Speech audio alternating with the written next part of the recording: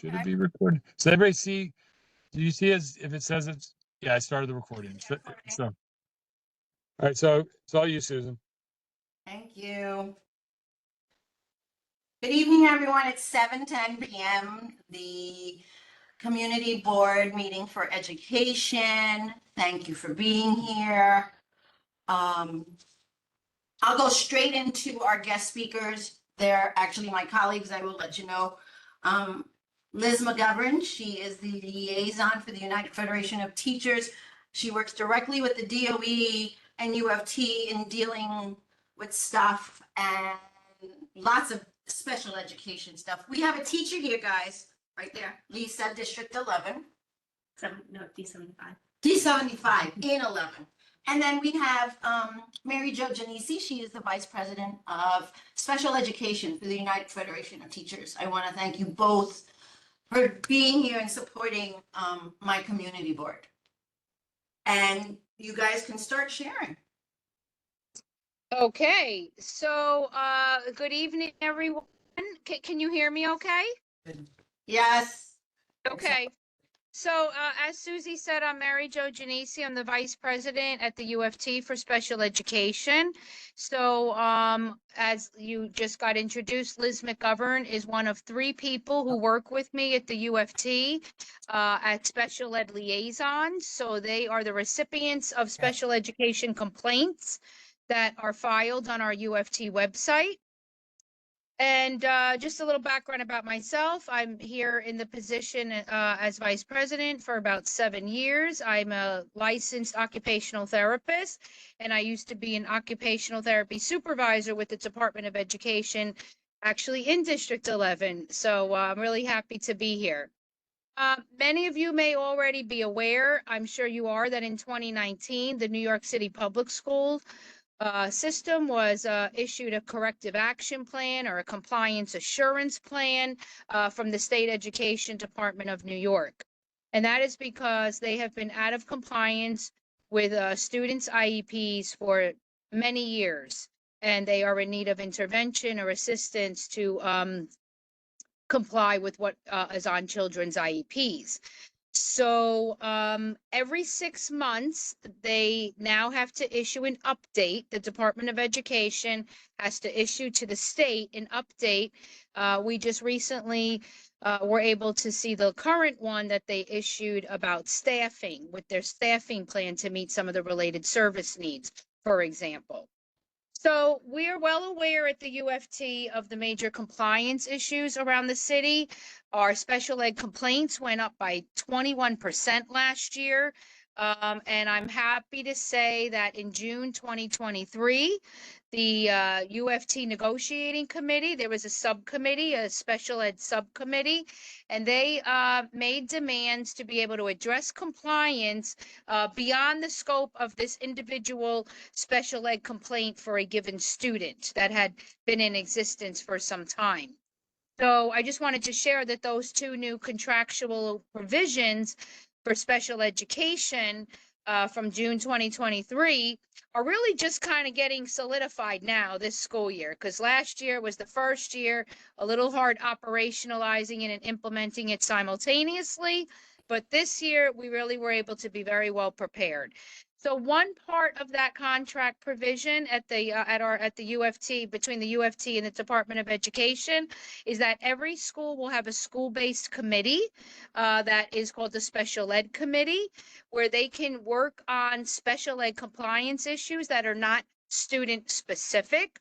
So for example, if an entire classroom is missing a classroom para, we don't need to necessarily know the names of students or violate any confidentiality, because we know from the table of organization in the school that there is a vacancy for that position. There's no para there. And that's something, for an example, that the Special Education Committee can address at the school. The Special Education Committee is comprised of people that the chapter leader, the elected UFT chapter leader, chooses to be on it. We suggest that they have a representative sample from related service, different types of teachers that work with special education students, an L teacher, paraprofessionals, et cetera, to get a real full breadth of the of really who should be on that committee.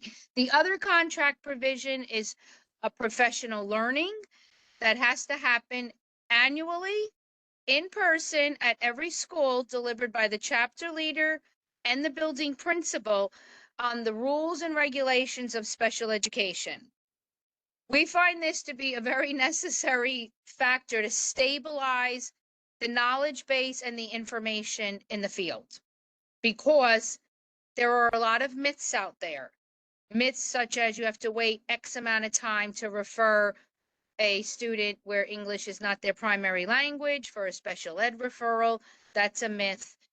Myths that you can take two self-contained classes and combine them for a gym or other sort of cluster classes. So I'm just giving examples. There's a lot of myths out there. So now we agreed with the DOE on the professional learning deck that has all the rules and regulations. And you can find all of this stuff on our website, the uft.org website. If you go to teaching, you can go down to students with disabilities, and that's where we house all of our information in one place. Very easy to find. The DOE website for special ed could be a little challenging because sometimes things are housed in different areas on the info or with the info hub, I believe that it's called. So just leading up to today, I have Elizabeth McGovern with me. She has attended, I think, other meetings, so you may recognize her name. She's well known in the Bronx and in Queens because those are the boroughs that she works in.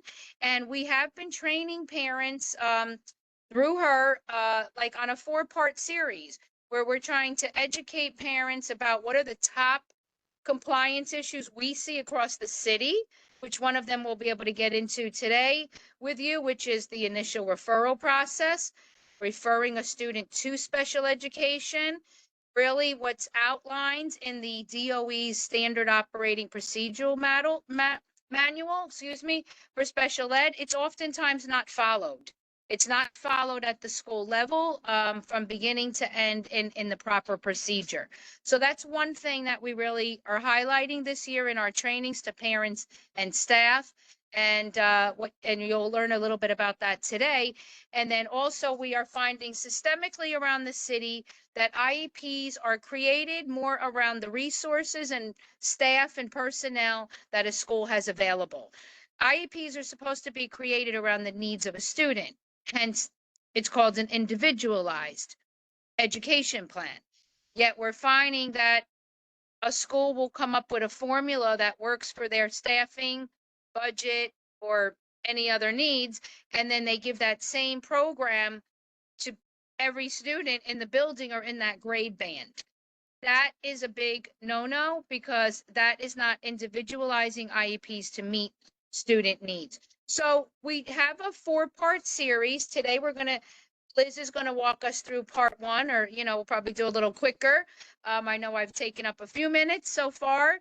And I know you have an agenda, Susie, but we're happy to be here and just want you to know that we are offering these kind of workshops to parents, everything from understanding the referral process to then understanding the IEP, the different parts of the IEP, and how to ask certain questions about those different parts of the IEP, and how to basically prepare yourself when you go to an IEP meeting in the building.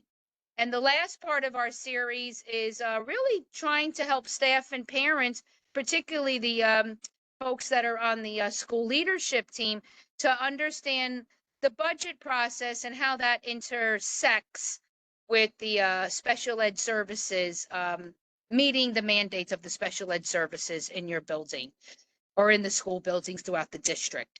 So that's pretty much what I wanted to say before I introduce Liz. So I thank you again for having me. We'll be here to do the presentation, and if there's any questions, Susie. Thanks so much. Hi, everyone. Thank you for coming. I'm Liz McGovern. I'm the UFT Special Education Liaison for the boroughs of the Bronx and Queens.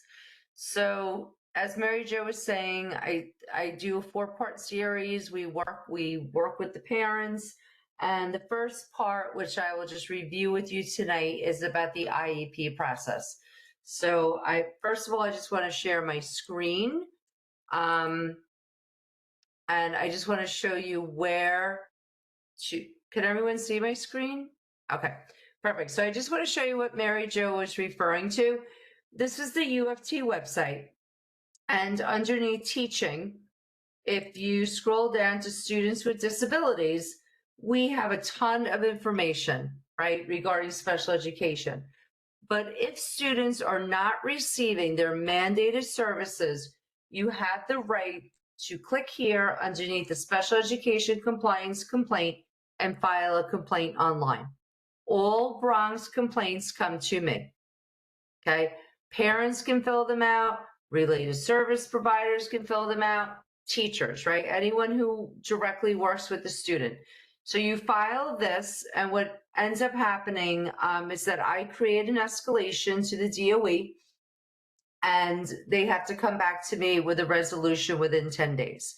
But I'm just going to briefly walk you through, and of course, you're welcome to share the PowerPoint with the parents, and of course, Susie, but give my information to the parents, and I'm absolutely willing and available to do other workshops around special education. So this has been, I'm going to share my screen. This has been a pretty hot topic across New York City. Can you guys see this, the IEP process? Let me just do slideshow from beginning. Okay, that might be a little better. Okay. So the IEP process, what we found was that kids were sort of being blocked from getting evaluations, right? And parents were sort of being told, don't worry about it. This is what the school has in place. And again, kids were not receiving services or mandated services that they should have had. Sometimes it's up to a year. So I'm going to briefly walk you through this. And again, Susie, you can share with the parents, and I can always come back if, there's more people, we can, have a large workshop. So initial referrals, right? You as a parent or a teacher has the right to request an initial referral. And there is no magic language in requesting this referral, okay? Parents, you can verbally tell somebody, it could be written down, you can send it in an email, you can send it in a letter, you can, talk to the teacher during parent-teacher conference, right?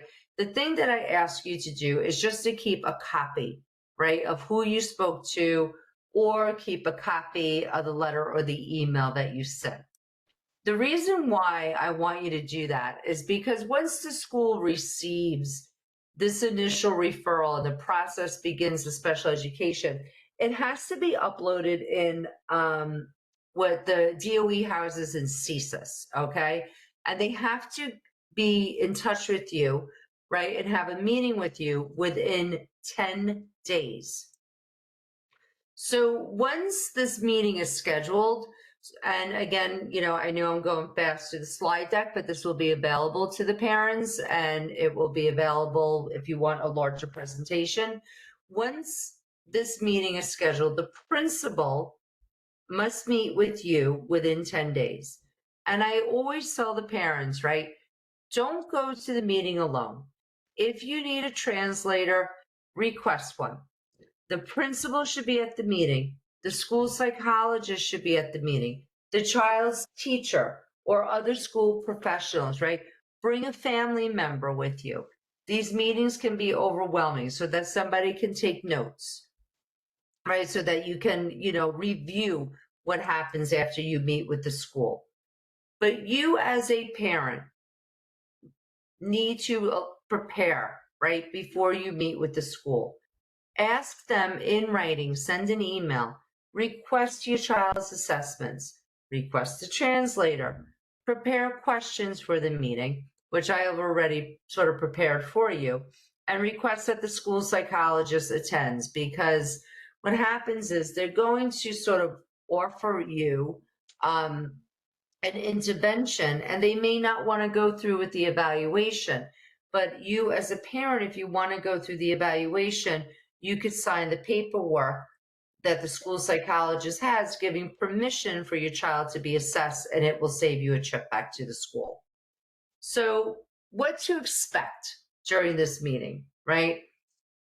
As a parent, you speak on why you requested the referral, the student's performance in the class, the classroom teacher, and the school will discuss possible interventions before they go through with an initial referral.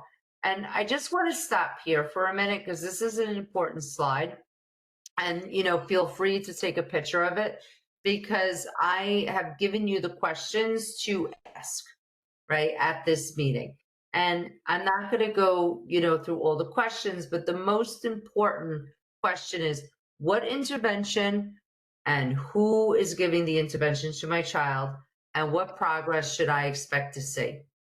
And what you want is a follow-up meeting within 6 to 8 weeks to see if your child is making progress or if there's still challenges and an evaluation needs to go through. So if you agree that that evaluation is recommended, they will give you what is called a notice of social history meeting. And this takes place 15 days, right, after your request. It's actually the parent giving consent for the evaluation.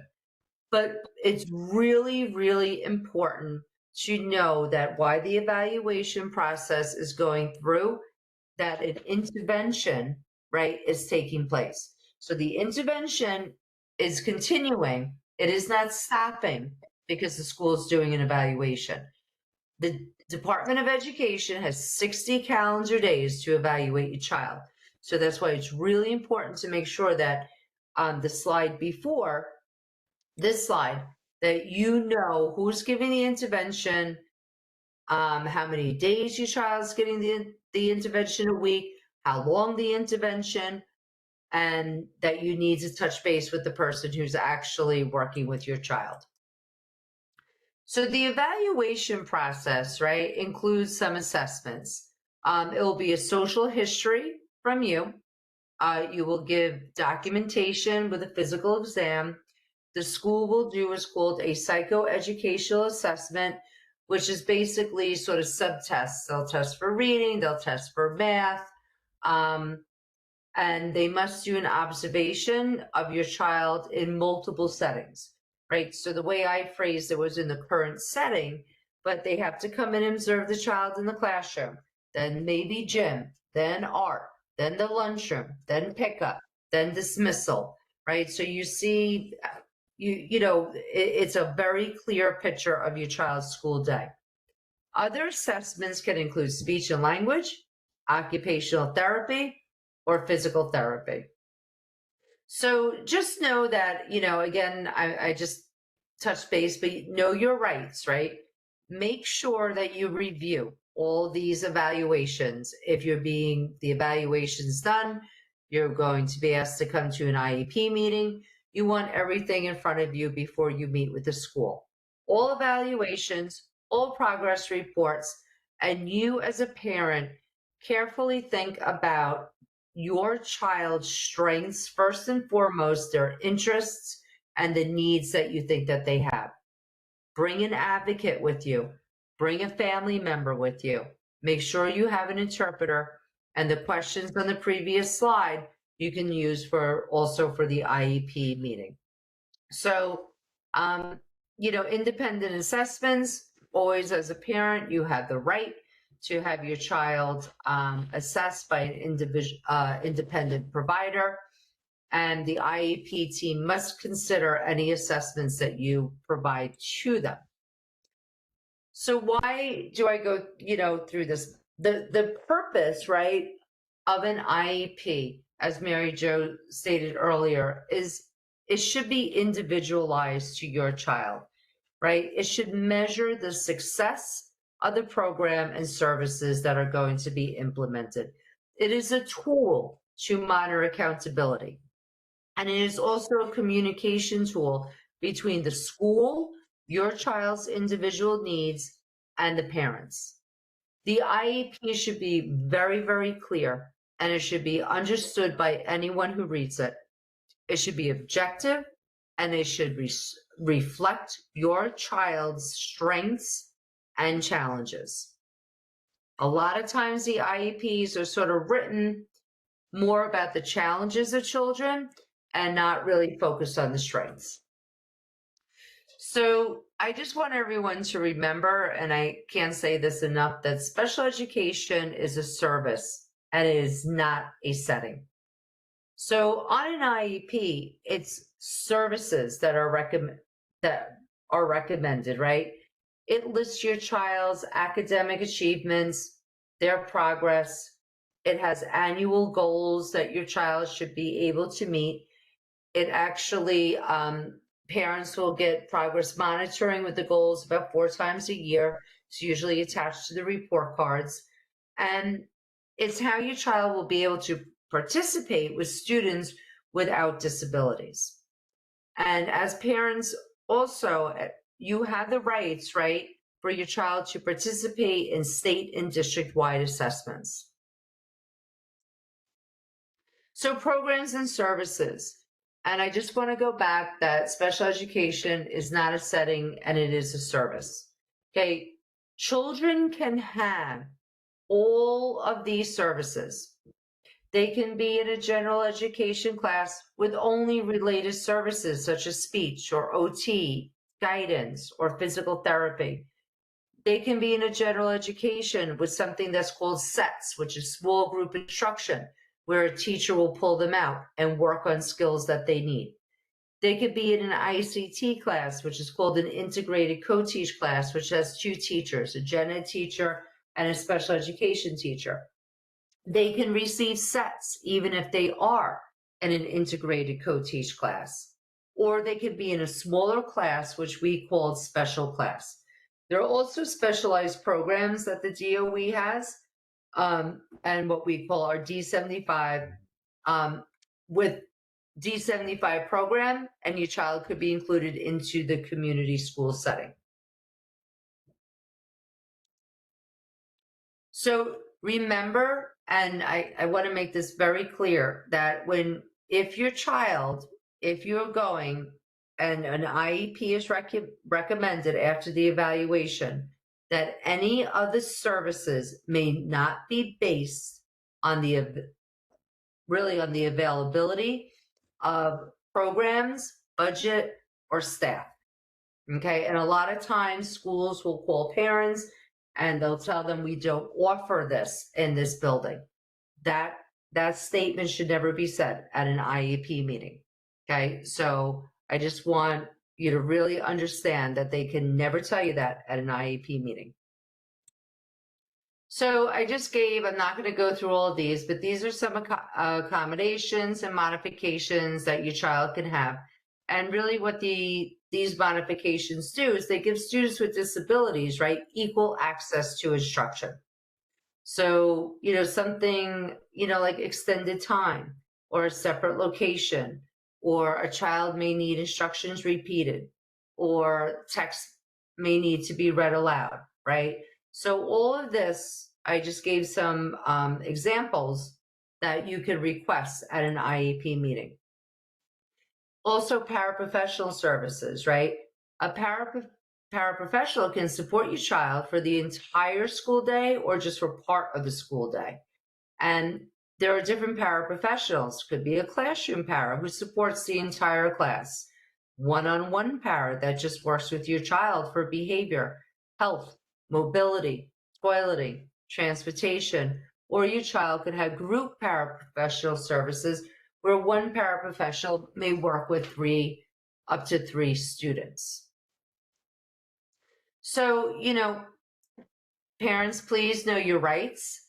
I have put down the link that if an IEP meeting does not really go your way, as parents, you always have the right to an impartial hearing.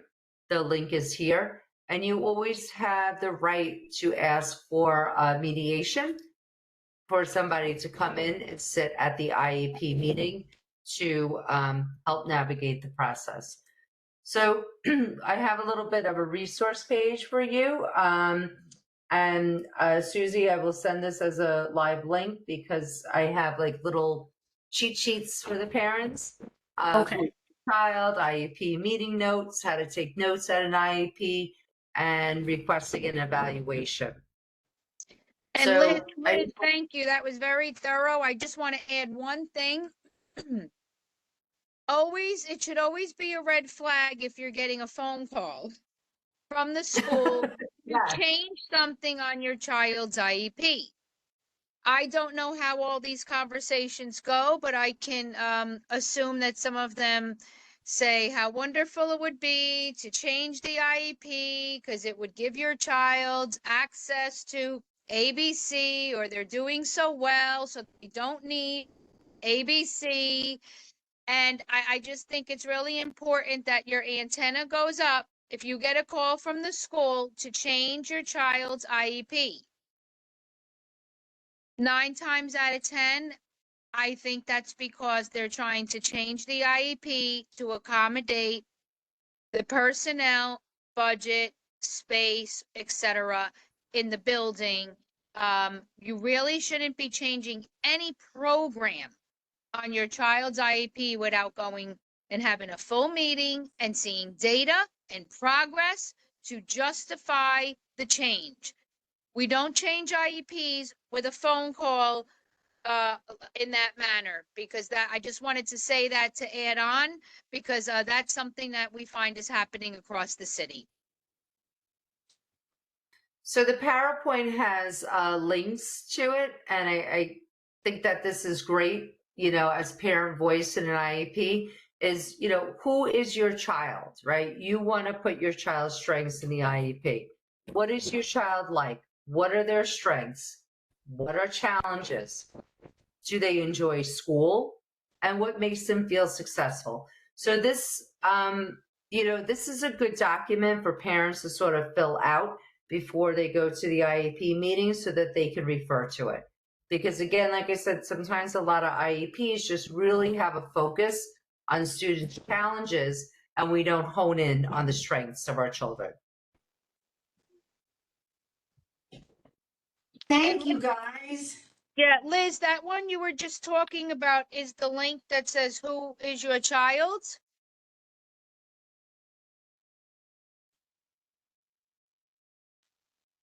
You're muted. Oh, Oh, sorry, I was muted. I clicked on it, like I could see it. Oh, wait, hold on. Share this tab instead. Here it is. So, you know, these live links that that are embedded in the PowerPoint, I created an IEP meeting checklist, right? Questions for you to ask. And the other link is who is your child. And it's just for you, right, to think about what your child likes or what they dislike, you know, what are their strengths outside of school, what challenges they may face. It's really important to have parent voice and student voice. You know, even, you know, for the IEP process, when a teacher is writing the child's IEP, there should be student voice included, right? Even as young as the child is. It's just simple questions. What's your favorite subject? What do you like to do after school? Do you like sports? Do you like music? So, and sorry, and the last thing that I just want to leave off with you is to make sure that all the documentation that you receive and all of the checklists in the PowerPoint that we will be sharing with you, that you sort of keep it in a folder, right? Sort of have your own IEP folder so that you could refer to it and you can take out documentation during the IEP meeting. So I don't know if there's any questions or concerns. Wendy, do you have any questions? Anyone? Sorry. Lisa? Nope. Alex? No, I don't have questions. You're good? Yeah, I'm good. This was actually very, and we can, you have your contact information on the It's slide? at the end Sure. of, I don't know if there's like a, oh, there is a chat So I'm going to put my contact Okay. information in. Oh, that's right. And maybe we'll work on, you said you had different parts, so then maybe we can work on. Oh, part we two. did put UFT, sorry, hold on. Yeah, so we have a 4-part series. So this is the first part, and most of the time I will go really in depth, with the parents. The second Mhm. part is anatomy of an IEP. And this is when I walk a parent through every section of an IEP, and we create folders, and sometimes parents will bring their children's IEPs with them. And what I do is, if it's in person, sorry, I just had an R in there. So it's emcgovern@uft.org. I will hold a mock IEP meeting with the parents. Oh, wow. So the parents learn to advocate, to use the questions that I give them to advocate for their children. The third part is understanding your school's budget through the public view. And the fourth part is to support the SLT members to take a deeper dive into the school's budget and ask very targeted questions revolving around special education. Awesome. I think I want it for my district, so my people know also. Sure. Yeah. I mean, I'm available for, Yeah. I don't know, Zoom meetings or, but if you send me an email, we could put something on the calendar. Would love to have, a large group of parents, to come in so that we can, give them their rights. And Susie, similarly, we have, if it's in person, what we've done is printed the budget summary of the schools, right? So if you have certain numbers, or whatever schools are coming, could print like that piece. So this way they have their own school's budget in front of them when we're actually doing the workshop. Awesome. Yeah, we also teach the parents how to access using the DOE websites, the public budgets, and then summaries of the school. I was just about to say that because the budgets are available. They just need to know how to go about finding them. Yes. And we walk through line by line by line through the budget. They don't do that at Chapter Leader Weekend, so I just want to say you may have to do that for me. But I want to thank you guys. Anyone else have any questions? I work with two amazing ladies. They're all over the city. They do, Liz does Queens in the Bronx, but I'm sure she's pulled other places if needed. And our Yeah. vice president does all 5 boroughs and everywhere else. So thank you guys. Thank you. Thank you. Yes, thank you very much. You're quite welcome. Yeah. So Susie, send out the information. If anyone wants to land some workshops, just please let me know. I won't go as fast through it. I gave you guys the overview tonight, but we can really take a deeper dive into taking a look at all the services that children can and should have. Thank you. Thank you, Mr. Taylor. I see you with the hands up. Thank you. Oh, thank you. Yeah, thank you. I really appreciate your presentation. Thank you. The gallery session. Jeremy, did anyone sign up to say anything? Jeremy somewhere.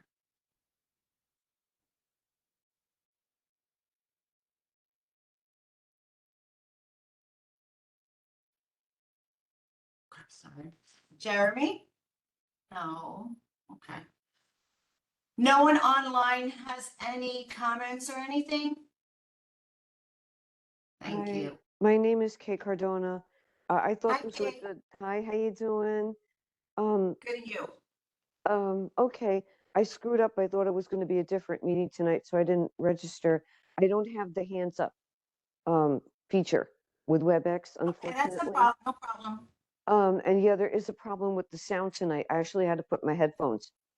I'm in. sorry about that. It's And that- okay. I've been complaining about this since September of 2023 with WebEx and the quality of their service, but that's a story for another day. My son and I were survivors of domestic violence. He graduated high school in 2011, mind you. He chose a public high school because he was offered the option of different things during the divorce. And he wasn't functioning well after 11 years in a private school setting. It was a small school, X amount of teachers, X amount of students. And he lived with his father, but I had all the judge had given me like the health and education. I had all the difficult stuff without the kid under my roof. I had to manage plus a full-time job and what have you. So when he was struggling, I had asked for an IEP, and nothing that these ladies mentioned took place. No one told me about you should have an advocate or something with you. I had no idea how to do any of this. And to tell you the truth, as nice as they were, they failed my kid. All these years later, I'm finding out they completely failed my kid because the only thing the IEP came up with was that he was lazy and disinterested, which he was. Lazy and disinterested, but I knew there was something else going on. We were both diagnosed with post-traumatic stress disorder. I had explained to them, the therapist that he and I were seeing, right, also explained to them, with post-traumatic stress, you don't always function. You may look normal, but you don't always function on a normal level. And being in a public high school, with gangs and all these different things going on, I guess he just wanted to look cool or whatever. But he did manage to graduate, but he struggled. And the IEP did absolutely nothing for him. And it's just so sad. I wonder how many kids fell through the cracks and are still falling through the cracks. I just wanted to put that out there. I mean, there's nothing anybody could do now. My son's 31 years old. There's nothing anyone could do now. But I'm just so glad that this is a different world now. So true. I'm so sorry that he went through that. And knowing that we have these 4 parts that I know we're doing throughout the 5 boroughs, with the different parent organizations, parent coordinators within the individual schools. But we definitely need to get the word out, because if parents don't know about it, they won't be able to use the services and make sure that their children get the services and not the setting, correct? I got it right, I think. Thank Yeah, you, Kay. That sounds good. And the worst part was when that final meeting with the findings took place, was in a room with all these people. They insisted that since my son lived with his father, that his father be a part of it. So his father was willing to do it on the phone because I had an active order of protection. So he couldn't be in the same room with me. But it was just so stressful to sit there and hear that they really didn't or couldn't do anything for my kid, and then have my ex-husband there too, like not physically, but it was just very stressful. I walked away from there. I think I was literally shaking when I left the school that day. And I went back to work. I functioned, but it was just, I hope nobody ever has to experience anything like that.